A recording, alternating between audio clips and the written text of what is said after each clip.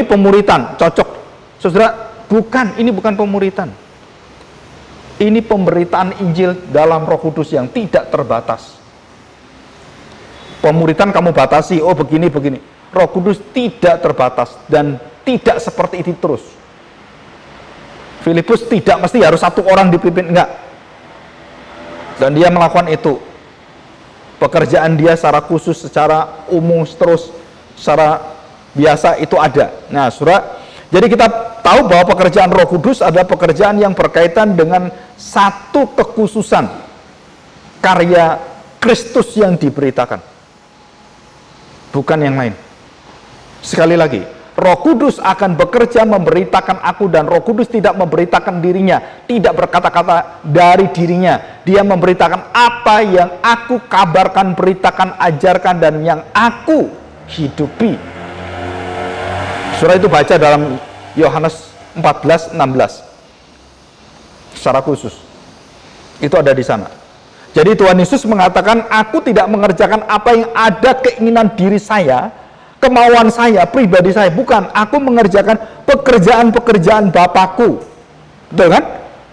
Itulah yang aku kerjakan. Dan semua orang yang mengerjakan pekerjaan Bapa, kehendak Bapa, semua orang saudaraku dan mamaku dan papaku.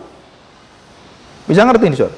Jadi saya diikat di dalam keluarga Allah itu karena satu, melakukan kehendak Bapa. Bukan karena, oh kamu nolong saya, oh ya kamu baik dengan saya, wah kita saudara seiman ya. Bukan. Tapi karena kita melakukan kehendak kudus Allah. Nah, kita bersaudara. Jadi saya ketemu dengan orang yang saya tidak kenal, dan kemudian waktu saya berbicara, wah orang itu punya hati mempercayai Kristus, beriman, dan sungguh-sungguh hatinya, saya langsung merasakan, ini keluarga saya. Keluarga di dalam kerajaan Allah, di dalam Bapa Surgawi. Ketemu orang lagi, waduh, ini chemistry-nya sama. Jadi kita punya darah Kristus sama dengan darah Kristusnya. Saudara, kalau orang ketemu dengan iman yang sama, kasih yang sama, keinginan yang sama, dan Kristus yang sama, itu dekatnya luar biasa. Seharusnya. Tapi kalau enggak, itu berarti ada masalah dengan kekudusan hidup kita. Ya, oke, kita lanjutkan. Nah, saudara, ini latar belakang ya. Kita lanjutkan sekarang. Nah, kita lihat apa yang dikatakan di sini. Ayat yang ke-30. Filipus segera ke situ dan mendengar sida-sida itu sedang membaca kitab Nabi Yesaya pasal 53. Demikian ya. Mendengar sida-sida itu sedang membaca. Jadi sida-sida ini lagi membaca Yesaya. Dan saudara tahu persis Lukas pasal 4. Tuhan Yesus kemudian membuka kitab Yesaya sama. Kepadaku Roh Allah ada padaku, dan itu sama kitab Yesaya juga. Maka Yesaya lebih terkenal, ya, lebih familiar. Kita dengar Perjanjian Lama, Kristus dalam Perjanjian Lama itu banyak dari Yesaya. Nah, saudara perhatikan baik-baik perkataan dari Filipus. Mengertikah Tuhan apa yang Tuhan baca itu? Saudara, Filipus tidak sok tahu. Banyak orang Kristen itu sok ngerti, sok tahu, dan sok maha tahu. Kalau kita ngobrol, saudara, kita selalu menggurui orang. Oh iya, saya sudah tahu, saya lebih tahu dari kamu.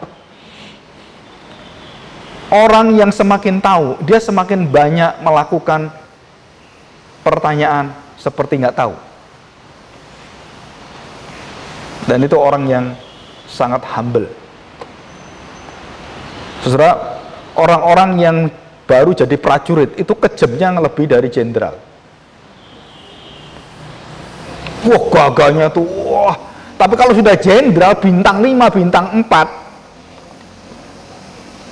saudara, kelakuannya itu begitu tenang gitu kan. Kenapa? Udah bertempur puluhan tahun, udah tahu mati hidup, bagaimana semua, dia lihat perjuangan, peperangan, dan dia sudah kenyang dengan itu semua. Ini yang belum perang, masih latihan aja gaya-gaya. Wow. Lah banyak orang Kristen yang seperti itu. Belum mateng, udah berdirinya tuh kayaknya udah tahu semuanya.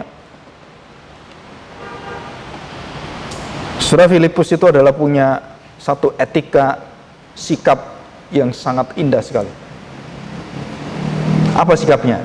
Itu beda jauh dengan pendeta-pendeta di YouTube. Saya kadang-kadang dengerin pendeta-pendeta itu saling caci maki gitu. Aduh, rasanya gimana ya? Ditontonin orang dunia terus kita ini berantem di situ, gitu. Ya kalau aliran sesat ya saya bisa maklum gitu ya. Tapi kalau sama-sama orang dalam iman sama, kemudian berantem di situ hanya karena perkara-perkara kecil, aduh ini nggak pada tempatnya gitu. Tapi itu terjadi di depan kita. Ya.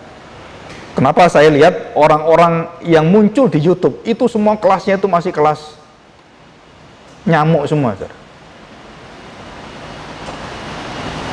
Tapi orang-orang yang kelasnya itu kelas yang dalam, dia itu tidak mau berdebat, tapi dia memberitakan firman. Mau terima nggak terima bukan urusan saya. Jadi kalau debat itu biasanya debat kusir. Orang itu cuman penasaran, cuman ngerjain kita. Dan saya pernah beberapa kali dikerjain orang seperti itu. Daripada habis pikiran, capek, lebih baik beritakan Injil. Jadi kalau saya diundang seminar dan lain-lain, saya minta saya jangan dipotong, saya beritakan Injil. Selesai itu mau dicaci maki apa silakan, nggak apa-apa saya. Asal berita Injil beritakan dulu. Selesai silakan. Ya, oke, kita lihat ayat 31. Jawabnya, bagaimanakah aku dapat mengerti kalau tidak ada yang membimbing aku? Lalu ia meminta Filipus naik dan duduk di sampingnya. Jadi Filipus itu menunggu. Dia menawarkan, ngerti nggak kamu? Bukan, oh saya ngerti, sini, tak kasih tahu kamu. No, nggak ada itu. Dia begitu sopan karena ini seorang pembesar dan dia juga mengajukan pertanyaannya juga dengan kerendahan hati. Dia berada di bawah. Mengertikah Tuhan? Dan dia sebut Tuhan. Mengertikah Bapak yang besar, Presiden Jokowi? Nah gitu kan, sopan dia. Nah yang di atas dia nggak tahu, maka dia mengatakan, wah apa kamu tahu? Oke, kamu naik ke sini, beritahu saya kalau kamu tahu. Ya, lalu ia meminta Filipus naik dan duduk di sampingnya. Kok tahu Filipus bisa jelaskan? Nah ini yang aneh, saudara. Jadi dia kok tahu Filipus? Ah, ini kayaknya orang tahu ini. Tahukah kamu? Saudara coba pikir baik-baik. Ini salah perjalanan pulang dan ini semua padang gurun gitu kan, yang jalannya panas luar biasa. Tiba-tiba muncul satu orang di depan kita. Terus kemudian tanyain apa yang kamu baca. Terus kemudian orang itu menawarkan gitu kan, ngerti nggak apa yang kamu baca? Otomatis saya lihat orang ini ngerti. Kenapa ngerti? Lalu dia bertanya, mengertikah kamu? Mengertikah kamu artinya apa? Ya saya nggak ngerti, berarti kamu ngerti. Kok tanya saya ngerti atau enggak? Berarti orang yang bertanya mengertikah kamu itu ngerti dia. Kalau saya ngatakan, oh saya ngerti, itu nggak ngerti. Dan langsung diminta, kenapa dia begitu haus? Karena ada kehausan mau belajarnya itu, roh itu sudah menyiapkan hatinya, saudara. Dan ini pekerjaan Roh Kudus semua, bukan pekerjaan Filipus. Filipus cuma disuruh. Dan duduklah. Nah, apa yang dibaca? Nas yang dibacanya itu berbunyi seperti berikut. Dan ini bukan satu dua kali, dia baca berulang-ulang, bertahun-tahun, nggak ngerti dia. Saudara membaca Yohanes 3:16, saudara sudah ngerti, apal kan? Saya tanya, udah bisa tahu artinya apa sedalam-dalamnya?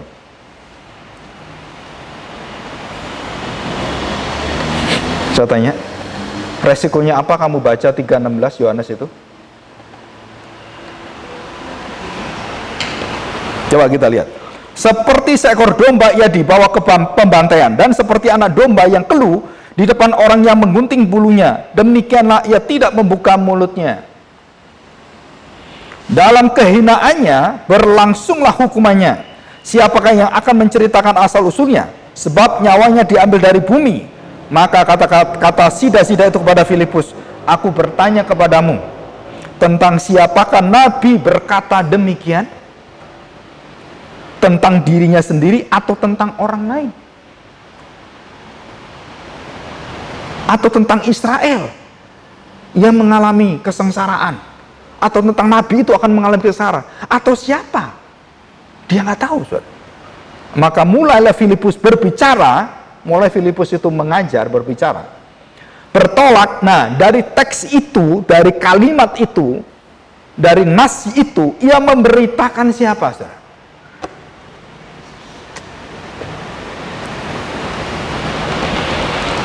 Saudara, perjamuan kudus kita hari ini itu membicarakan, memberitakan tentang Kristus.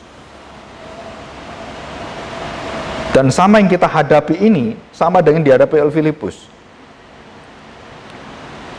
Dan dikatakan memberitakan Injil Yesus kepadanya. Jadi siapakah yang dilihat oleh Yesaya? Yesaya 53, satu penglihatan, satu hati bagaimana Mesias itu akan mengalami siksaan.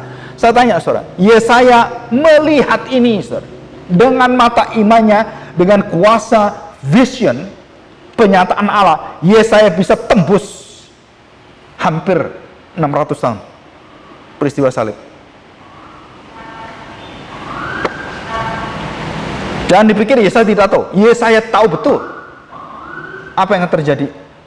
Dan dia mendapatkan itu dari Tuhan, dan dia melihat dan dia tuliskan apa yang terjadi dengan Yesus. Bagaimana dia mengalami kehinaan, kesengsaraan, sakit penyakit, terkutuk di tempat itu.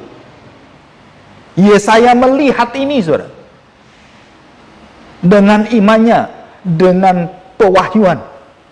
Seperti Rasul Yohanes melihat akhir zaman, sama seperti Yesaya melihat Kristus yang di akhir nanti, yang dia tidak tahu secara peristiwa, tapi dengan imannya dia tahu betapa sengsaranya. Dia tuliskan dengan keindahan luar biasa. Yesaya 53 itu syair yang luar biasa. Dan dikatakan di sini ayat yang ke-36, mereka melanjutkan perjalanan mereka dan tiba di suatu tempat yang ada air. Lalu kata sida-sida itu, lihat di situ ada air. Apakah halangannya jika aku dibaptis? Saud Filipus, jika Tuhan percaya dengan segenap hati, boleh. Jawabnya, aku percaya bahwa Yesus Kristus adalah anak Allah. Lalu orang Ethiopia itu menyuruh menghentikan kereta itu, dan keduanya turun ke dalam air, baik Filipus maupun sida-sida itu. Dan Filipus membaptis dia. Dan setelah mereka keluar dari air, Roh Tuhan tiba-tiba melarikan Filipus, dan sida-sida itu tidak melihatnya lagi. Saudara, ini ajian menghilang. Kalau orang bahasa suku punya ilmu yang tinggi itu menghilang. Zaman sekarang ini saya belum pernah dengar ada seorang hamba Tuhan menghilang, kecuali film Jumper. Ya, ada film, tahu ya film ya, judulnya Jumper. Bisa pindah ke sana, bisa pindah gini. Itu film. Tapi hari ini belum ada yang bisa dibawa tiba-tiba di sana. Tuhan Yesus pernah melakukan itu. Waktu dikepung, sudah jauh. Ya, dan itu adalah kekuatan roh. Saudara, kita tahu, kadang-kadang ada kekuatan roh yang membuat kita melihat ini sebagai kenyataan kebenaran. Dan itu ditulis dalam Alkitab. Jangan sekali saudara tidak percaya. Dan itu kekuatan roh. Jangan-jangan sekali kita menolak pekerjaan dunia roh. Karena banyak orang-orang barat berteologi reform itu menolak pekerjaan roh yang secara ajaib seperti ini. Dan kita dosa besar menolak hal seperti ini, ya. Oke, ayat yang ke-39, dan setelah mereka keluar dari air, Roh Tuhan tiba-tiba melarikan Filipus, dan sida-sida itu tidak melihatnya lagi. Ia meneruskan perjalanannya dengan sukacita. Tetapi ternyata Filipus ada di Asdod. Ia berjalan melalui daerah itu dan memberitakan Injil di semua kota sampai ia tiba di Kaisarea. Dan bertemulah Filipus dengan satu pekerjaan orang besar namanya Rasul Paulus di Kaisarea. Dan disitulah estafetnya pindah, bukan Filipus lagi, tapi Paulus. Sudah pekerjaan Tuhan mengatur semuanya dengan ajaib. Tetapi beritanya tetap sama. Injil Yesus Kristus, pekerjaan pelayanan Kristus, dan bagaimana kuasanya itu mengalahkan maut, bagaimana kuasanya itu mengalahkan dosa-dosamu, dan bagaimana kamu dijamin oleh Dia, dan kamu jangan takut dengan apapun pemerintah, dengan segala dunia roh jahat apapun. Dan itu pekerjaan yang dikerjakan oleh Roh Kudus dalam diri kita. Masalahnya adalah, saudara-saudara siap enggak masuk dalam pekerjaan misi seperti ini? Siap enggak saudara dibawa ke padang gurun? Siap enggak kita seperti Abraham? Keluarlah kamu dari Ur Kasdim. Abraham keluar dari Ur Kasdim. Untuk kemana? Engkau lihat kesengsaraan, mati kelaparan, dan begitu kering kerontang. Saudara, Abraham apakah kemudian berhenti dan tidak jadi? Abraham berjalan bersama dengan Tuhan. Saudara, apa buktinya? Dia pasti disertai Tuhan. Saudara, kita belajar dari Abraham atau Abraham.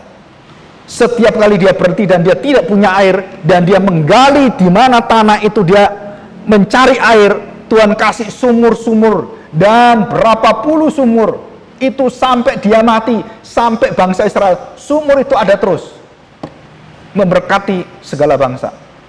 Ini hanya sumur doang, saudara. Bukan imannya Abraham loh. Ini sumurnya, sampai sumur Yakub, sumur Abraham, sumur di mana perempuan Samaria ketemu Tuhan Yesus, sana sumurnya. Masih keluar airnya beratus-ratus tahun. Itu sumur. Yang memberkati kita bukan sumurnya. Imannya Abraham yang membawa kita sampai ke surga. Dan itu yang disayangkan Tuhan Yesus. Kenapa? Karena kamu tidak percaya Mesias akan menderita dan mati, dan kamu tolak itu, dan kamu bunuh aku karena aku memberitakan kematian Kristus, kematian Yesus Kristus, yang kamu bunuh, kamu binasakan, yang sudah diserahkan Allah di tetapan Allah. Dan Filipus memberitakan siapa? Siapakah Yesaya 53 ini yang dilihat, dan dalam kehinaannya, dalam kematiannya, dan disitulah dia diangkat sebagai anak Allah yang maha tinggi, ditempatkan di sebelah kanan Bapa. Jadi Filipus waktu memberitakan pada Sida-Sida sedang ingin tahu siapa sih pribadi ini sebenarnya. Nah, dia belum mendapatkan keselamatan, walaupun dia sudah memeluk agama Yahudi, dia sudah melakukan ritual semuanya, tapi dia belum kenal Kristus. Dan termasuk kita semua, saudara. Rahasia keselamatan bukan karena kita dibaptis, bukan karena kita melakukan perjamuan kudus, bukan karena kita menjadi orang yang tiap minggu ke gereja, bukan karena orang sebut saya sebagai orang Kristen, bukan. Karena Kristus hidup, tinggal, dan mati bagi saya, bangkit bagi saya. Dan itulah yang membedakan semua. Dan hari ini kita belajar kesaksian yang tidak boleh ada dan dilupakan dalam seluruh hidup kita. Kita harus berani bersaksi. Hidupku adalah hidup Kristus, matiku adalah mati Kristus. Apapun aku lakukan untuk Kristus, segala sesuatu untuk Allah. Kolose 3 ayat 16. Lakukan segala sesuatu demi nama Allah. Saudara, di situ kita melihat kemuliaan surgawi turun dan menguasai seluruh hidup manusia, dan orang-orang yang rindu seperti Sida-Sida ini banyak, saudara. Banyak, saudara. Maka saya seringkali menawarkan beberapa pelayanan di Facebook dan semuanya. Saudara, kadang-kadang ada orang yang meminta, nggak ada urusan dengan firman Tuhan. Tiba-tiba ada orang WA, seorang wanita yang sedang di dalam kesengsaraan yang luar biasa, terus bertanya, Pak, apakah saya harus meninggalkan suami saya? Apakah saya harus meninggalkan anak saya? Saudara, itu nggak ada kaitannya dengan Facebook, tetapi berhubungan dengan kebenaran firman Tuhan. Dan setelah dia melihat semuanya apa yang ada, dia dengarkan firman Tuhan, dia mencoba ingin tahu, dan dia bertanya. Dan orang seperti ini bukan sedikit, saudara, banyak sekali, saudara. Maka saudara, kalau saudara punya waktu, punya kesempatan yang sangat indah di hadapan Tuhan, saudara, bukan hanya saya sebagai hamba Tuhan, kita bisa dipakai Tuhan untuk memberitakan Injil. Dan tidak terbatas pada kita, saudara. Penginjilan itu bukan dibatasi oleh jabatan pendeta, penginjil, atau jabatan gerejawi. Itu semua tanggung jawab kita. Jadi cobalah saudara berdoa supaya Roh Kudus pimpin, supaya ada orang 1-2 orang yang kemudian kita layani. Walaupun mungkin ketemu sekali, dan saya banyak orang ketemu cuma sekali-sekali. Kemudian berapa tahun kemudian ketemu, Pak, Bapak ingat saya nggak? Nggak ingat saya. Yang pernah ketemu Bapak gini-gini yang di jalan itu, oh iya, kenapa? Pak, saya dipakai Tuhan sekarang. Wah, luar biasa kan. Ada orang stres, orang Bandung, stres dia, keliling-keliling jalan-jalan, dan sampai ke 7 kalinya dia nggak tahu balik lagi, saudara. Itu nggak tahu kena demensia atau gimana. Saking stresnya karena dia masalah dengan keluarga, masalah apa gitu. Terus kemudian ada satu orang tiba-tiba mempost satu berita firman Tuhan. Nggak ada kaitannya dengan masalah dia, nggak ada. Masalah dia tentang pekerjaan yang bangkrut dan semuanya gitu ya, nggak ada masalah dengan itu. Tiba-tiba dia diberitahu, ini loh pemberitaan tentang Kristus, nggak ada hubungannya. Terus dia dengar, terus dia melihat, mendengar apa yang ada dalam imannya tentang Kristus itu, dan mendengar dia diberitakan, dia langsung percaya, dan dia langsung tahu, posisi saya ini salah semua, dan saya harus mengubah semuanya. Dia langsung tahu, dan tidak ada kaitannya dengan masalah sakit penyakit, dengan masalah bisnisnya, nggak ada. Dia masalah dengan imannya. Jadi dasar hidup orang Kristen, permasalahan itu cuma satu, bukan di bisnis, bukan di apapun, dalam iman kita. Begitu tegak dalam Kristus, masalah-masalah itu akhirnya terbuka semua.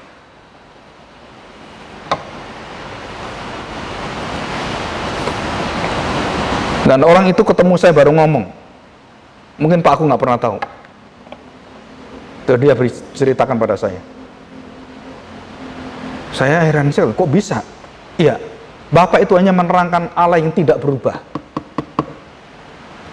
di STUJK. Tapi dia mendengar ulang di video itu dari temannya itu tentang Allah tidak berubah. Berarti langsung dia pikirannya semua itu tidak berubah. Saya yang salah ini. Saya tidak mau mencari salah orang. Dan dia mulai dari dirinya, dia mulai bisnisnya kembali, dan akhirnya keluarga musuh dia itu berhenti usahanya semuanya.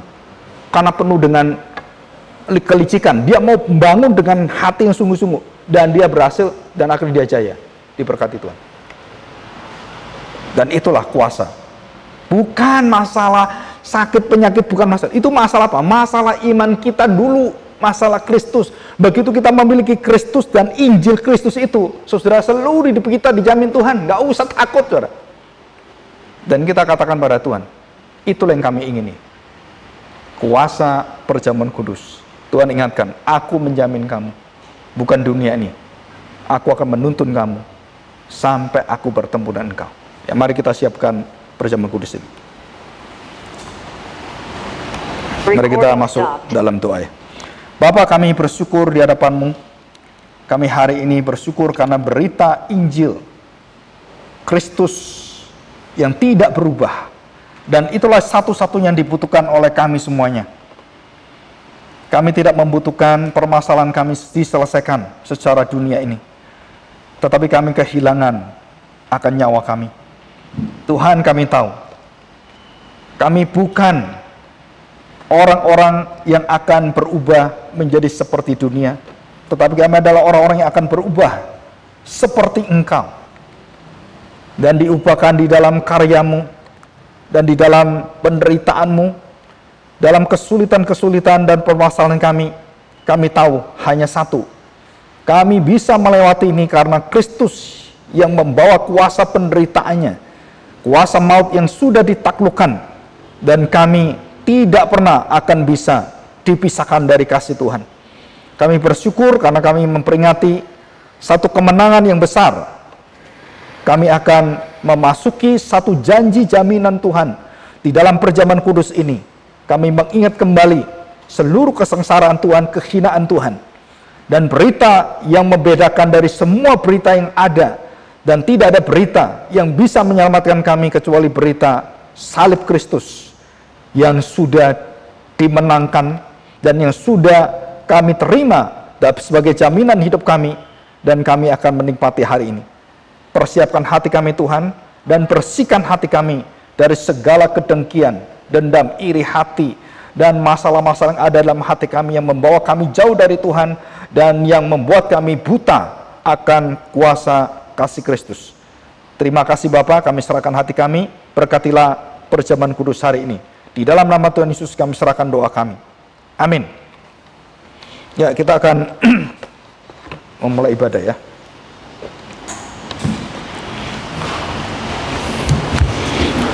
Kita akan persiapkan dengan satu lagu di Bukit Golgota ya.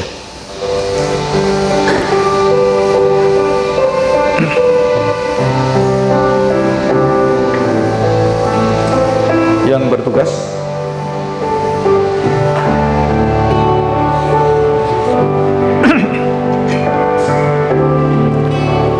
di Bukit nampaklah salibmu, matahari bersinar,